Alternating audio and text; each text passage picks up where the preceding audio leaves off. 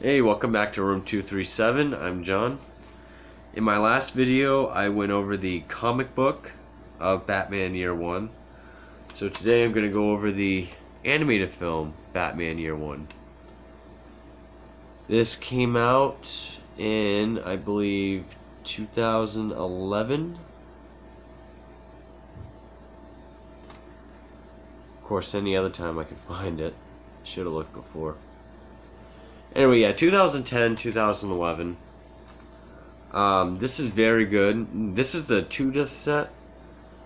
It comes with a 15-minute Catwoman film, which I still haven't watched. Comes with some great special features. A lot of these DC animated films have great documentaries on different aspects of Batman. Always have previews for the upcoming movies. But anyway, so Batman Year One. I'm not going to get too much into the plot, because I already kind of did that. I was all over the place in the comic review. But this is very loyal to the source material. There really isn't any changes that I can think of. Everything seems very well intact. Very well done. If you remember in my Killing Joke animated film rant video, yeah, I said this was 60 minutes. It's actually 64, but still, I mean, I don't know why they cared so much about Killing Joke being so long and adding that piece of shit short film in the beginning, but leaving this intact. I would say Year One is a little more important than the Killing Joke, just because of, like, the origin and everything. I literally have no complaints about this movie, except the only thing I don't like about this would be the voice of Batman, the voice of Bruce Wayne Batman, and that is Ben McKenzie.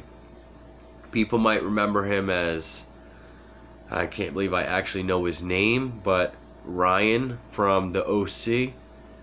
He is now playing Commissioner Gordon on Gotham. Probably could have got away with just saying that, but yeah. He's playing Commissioner Gordon, well, Captain Gordon now. He's playing Jim Gordon on Gotham on TV right now.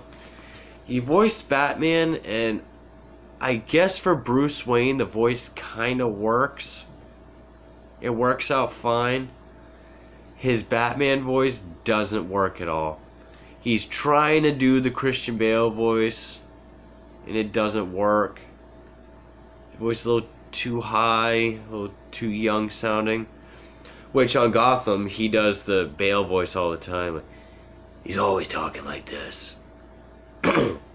He's always talking like that. Gotham is not safe. Like, that's how he tries to talk during this. Who else do we got?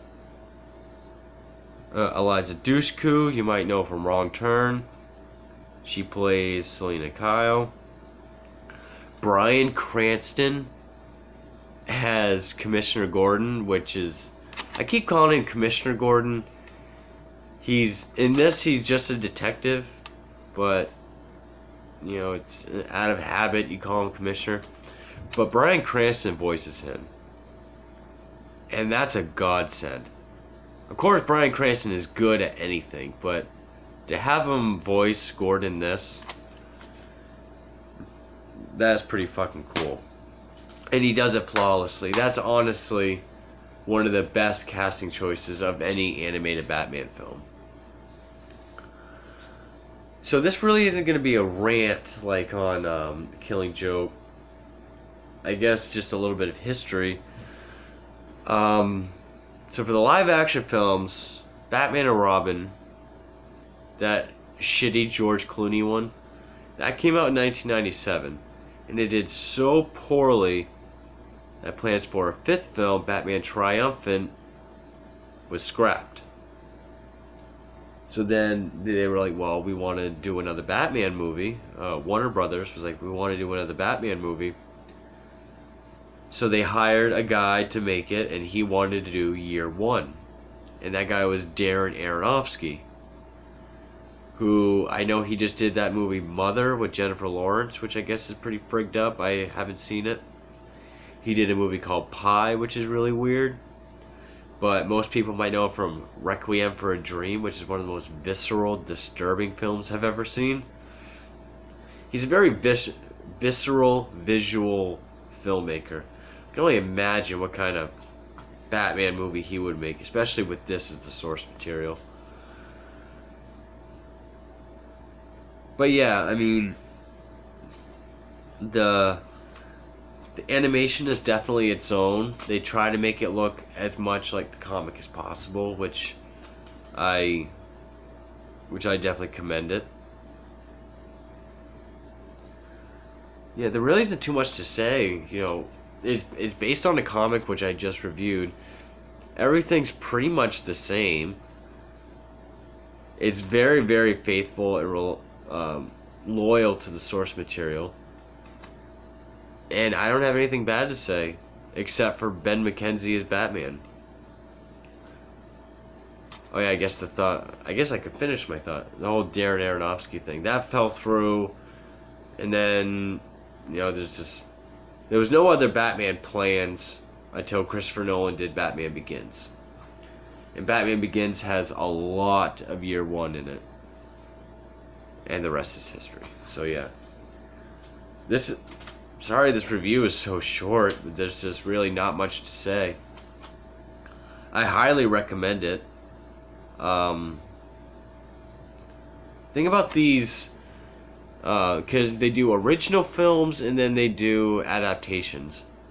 All of them are pretty well done, but their adaptations are usually pretty fucking spot on. And always pretty damn well done. And as far as adaptations from comic to screen, this is probably one of the better ones. I wouldn't necessarily say get Kevin Conroy to voice Batman, even though that would be my first choice, because that would harken back to the animated series a little too much. You know, maybe Bruce Greenwood or someone.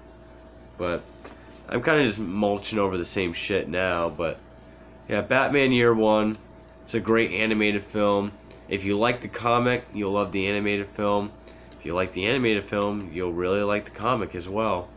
So, for Room 237, that's a short-ass review, but there wasn't much to say. But I love the animated film, Batman Year One. So, thank you.